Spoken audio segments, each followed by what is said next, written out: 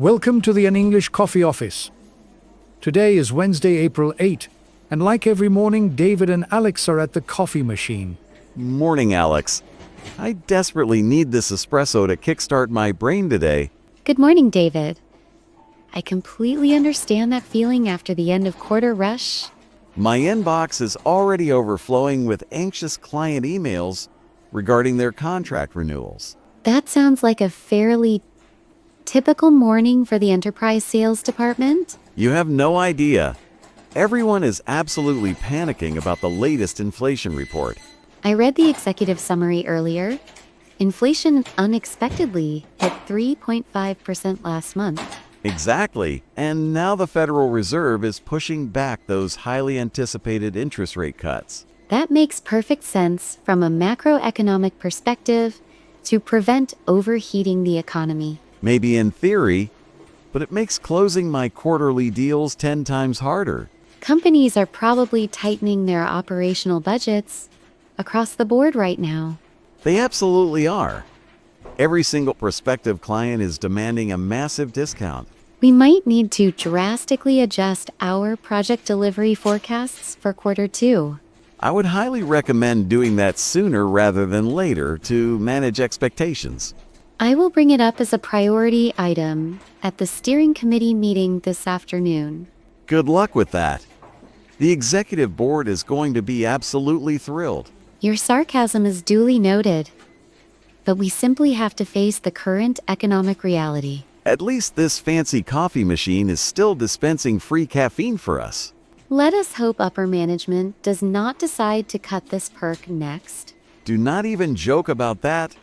I would personally lead a company strike. I am sure you would be the first person holding a picket sign outside. Speaking of monopolies and corporate drama, did you catch the breaking news about Apple? Are you referring to the Department of Justice antitrust lawsuit filed recently? Yes. The federal government is officially suing them over their restrictive smartphone ecosystem. It was honestly only a matter of time before government regulators stepped in. They are claiming Apple intentionally blocks competitors from accessing essential hardware features. That closed ecosystem has been their core business strategy for over 15 years. True, but it makes my life incredibly annoying when I try to sync other devices. The lawsuit focuses heavily on how they restrict external smartwatches and digital wallets. I read they even make messaging between different smartphone brands intentionally worse. The infamous green bubbles issue is actually cited directly in the official legal documents. That is genuinely hilarious and slightly pathetic at the exact same time. It raises very valid questions about market dominance and consumer choice in the tech sector. I just want my various gadgets to work together seamlessly without jumping through hoops. Seamless interoperability should definitely be the industry standard in 2024, not a luxury. If Apple actually loses this case, it could completely reshape the entire tech landscape. It might force them to open up their proprietary software architecture significantly. That sounds like an absolute nightmare for their internal software developers. As a project manager, I cannot even begin to imagine their current sprint backlog. They are probably working 24 hours a day, trying to figure out a contingency plan. I am fairly certain their corporate legal team is working just as tirelessly. I bet those top lawyers charge something like $1,000 an hour. Probably much more. Corporate litigation at that massive scale is incredibly lucrative. Maybe I should have gone to law school instead of choosing a career in sales. You are way too impatient to sit and read thousands of tedious legal briefs. You hit the nail on the head. I much prefer talking to actual people. Your interpersonal communication skills are undeniably your strongest professional asset. Flattery will get you everywhere, Alex. But I know you mean it. I was merely stating an objective observation based on our collaborative projects. Well, I appreciate the compliment anyway. Moving on to lighter topics. Are you doing anything special for the solar eclipse today? I actually bought 4 pairs of those certified viewing glasses for my whole family. That is wonderful. The path of totality is passing right over our city. I know. The kids are bouncing off the walls waiting to see the sky go dark. It is a truly fascinating astronomical event that we rarely get to witness. The morning news said over 30 million people live directly in the path. I read that small towns along the route are expecting unprecedented tourist influxes. Some local municipalities are even declaring states of emergency because of the gridlock traffic. It beautifully illustrates how deeply humans are still captivated by cosmic phenomena. Or maybe we just really love a good excuse to stop working for 1 hour. There is certainly a powerful shared social element to experiencing something like this together. I am just praying the clouds clear up before 3 o'clock this afternoon.